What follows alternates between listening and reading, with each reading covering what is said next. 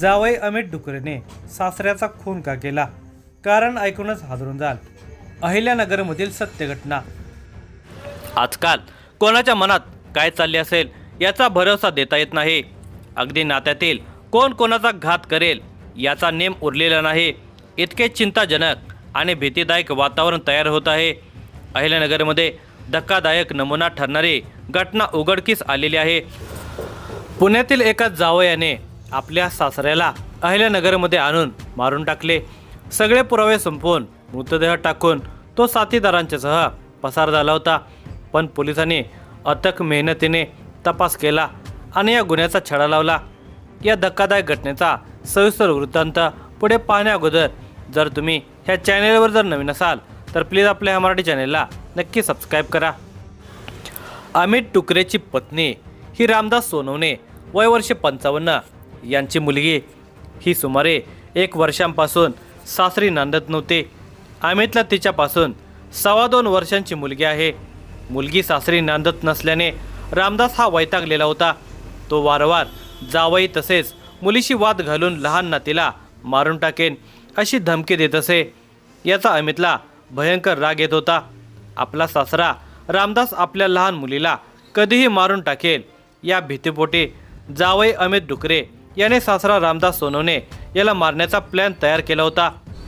त्यासाठी त्याने नात्याने भाव लागणारा अमोल उत्तम डुकरे याला मदतीला घेतले होते. फेब्रुवारी महिन्यामध्ये अमित डुकरे याने सासरा रामदास सोनवणे याच्याशी संपर्क वाढवला होता. रविवार दिनांक 22 फेब्रुवारी 2026 रोजी अमित डुकरेने आपला भाऊ अमोल डुकरेला स्वतःच्या कार क्रमांक MH06 AZ 4336 मधून सोबत घेतले.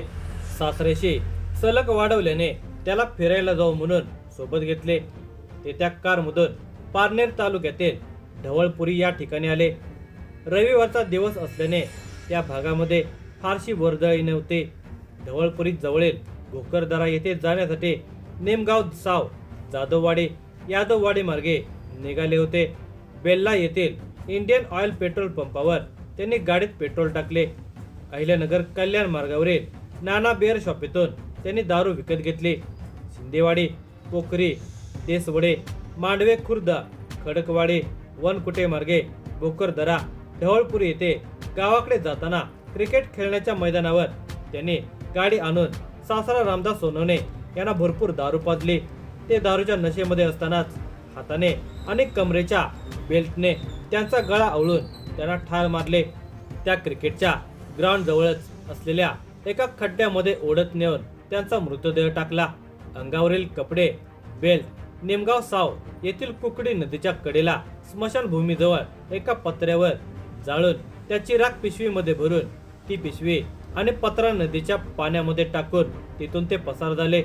त्यांना वाटले की आता कोणताही पुरावा शिल्लक ठेवलेला नाही. या गुन्ह्याला कधी वाचा फुटणार नाही. पण गुन्हा कधीच लपत नाही.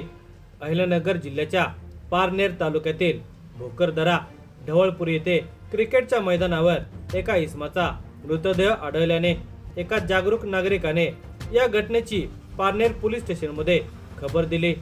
पोलीस निरीक्षक संतोष खेडकर यांनी सहाय्यक पोलीस निरीक्षक रणजित मारक, कॉन्स्टेबल DG अकोलकर आदींना या घटनेचा तपास करण्यास सांगितले.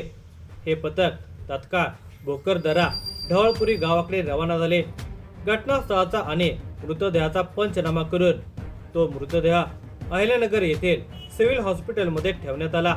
इकडे पोलिसांनी रविवार दिनांक 22 फेब्रुवारी 2026 रोजी पारनेर पोलीस ठाण्यामध्ये अकस्मात मृत्यू नंबर 26/2026 नुसार भारतीय न्याय संहिता 2023 चे कलम 194 प्रमाणे दाखल करून या घटनेचा तपास सहाय्यक पोलीस निरीक्षक रणजित मारक यांच्याकडे सोपवण्यात आला.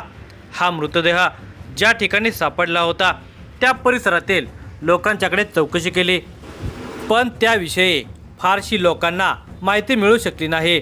या दरम्यानच पोलीस अधीक्षक सोमनाथ घारगे यांनी अनेक कालावधीपासून प्रलंबित असलेल्या गुन्ह्याचा तपास करण्याचे स्थानिक गुन्हे शाखेला आदेश दिले.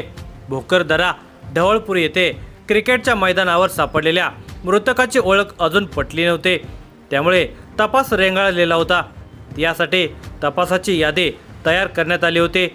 पोलिसांनी त्यांच्या ग्रुपवर सदर मयताचे फोटो टाकले आणि याचा चांगलाच परिणाम झाला.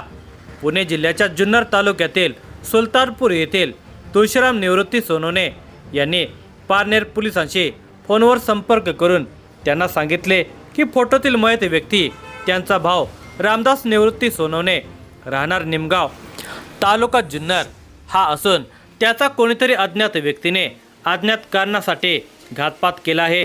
पारनेर पोलिसांना त्यांनी अशी माहिती दिल्याने पोलीस सतर्क झाले. त्यांनी तुळशीराम सोनवणे यांना समक्ष पारनेर पोलीस ठाण्यामध्ये बोलावले. या घटनेची माहिती पोलिसांनी स्थानिक गुन्हे शाखेलाही दिली. मंगळवार दिनांक 24 फेब्रुवारी 2026 रोजी रात्री 10 वाजण्याच्या सुमारास तुळशीराम सोनवणे पारनेर पोलीस ठाण्यामध्ये पोहोचले. त्यांनी मयत रामदास निवृत्ती सोनवणे यांच्याविषयी अत्यंभूत माहिती पारनेर पोलिसांना दिली. कुटुंबातील बारीक सारीक गोष्टी त्यांनी पोलिसांना सांगितल्या. जवळच्याच नात्यातील इस्माने रामदास सोनवणे यांचा खून केल्याची माहिती पोलिसांना सांगितली. जावई आणि जावयाचा भाव यांनी संपवल्याचे निष्पन्न झाल्यावर पोलिसांनी सरकारी कारवाईला सुरुवात केली. मयत रामदासचा सक्का मोठा भाव तुळशीराम सोनवणे, वय वर्ष 58, राहणार सुलतानपूर, तालुका जुन्नर, जिल्हा पुणे यांची रितसर फिर्याद घेऊन आरोपी जावई अमित नारायण डुकरे, वय वर्ष 38, राहणार पारगाव तर्फे आळे, तालुका जुन्नर, जिल्हा पुणे, त्याचा भाऊ अमोल उत्तम डुकरे, वय वर्ष 31, राहणार औरंगापूर, तालुका जुन्नर, जिल्हा पुणे या दोघांच्या विरुद्ध गुन्हा रजिस्टर नंबर 116/2026 भारतीय न्याय संहिता 2023 कलम 103(1) प्रमाणे बुधवार दिनांक 25 फेब्रुवारी 2025 रोजी रात्री 12:15 वाजता गुन्हा दाखल करण्यात आला. या घटनेची माहितीही स्थानिक गुन्हे शाखेच्या पोलिसांना देण्यात आली. पोलिसांनी हाती आलेल्या माहितीनुसार आरोपींना अटक करण्याचा प्लॅन केला. बुधवार दिनांक 25 फेब्रुवारी 2026 रोजी अमित नारायण डुकरे व अमोल उत्तम डुकरे या दोघांच्याकडे जुन्नर जिल्हा पुणे येथे त्यांच्या गावी जाऊन संपर्क केला. तुम्ही दिनांक 22 फेब्रुवारी 2026 रोजी कोठे होता याबाबत विचारले असता त्यांनी कुठलीही समाधानकारक उत्तरे दिली नाहीत. त्यामुळे त्या दोघांना पोलिसांनी पुढील चौकशीसाठी स्थानिक गुन्हे शाखा अहिल्यानगर येथे हजर राहण्याबाबत लेखी नोटीस देण्यात आली.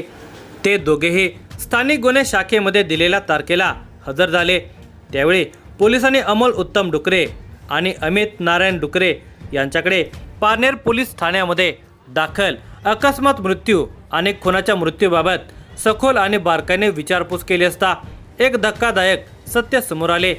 अमित नारायण डुकरे याने मयत रामदास सोनवणे हे त्याचे सासरे असल्याचे सांगून गुन्ह्याची कबुली दिली.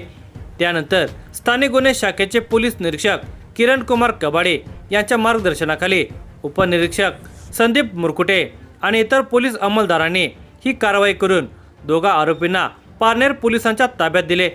अहिल्यानगरचे पोलीस अधीक्षक मोमक्का सुदर्शन, पोलीस निरीक्षक संतोष खेडकर यांच्या मार्गदर्शनाखाली सहाय्यक पोलीस निरीक्षक रणजित मारक आणि इतर सहकाऱ्यांच्या मदतीने हा तपास केला. दरम्यान अहिल्यानगर सिव्हिल हॉस्पिटलमधून आलेल्या पोस्टमॉर्टम रिपोर्टमध्ये गळा आवळून मृत्यू झाल्याचे नमूद केले. दोघाही आरोपींना अटक करून न्यायालयामध्ये उभे केले असता न्यायालयाने त्यांना पोलीस कोठडीत ठोठावले.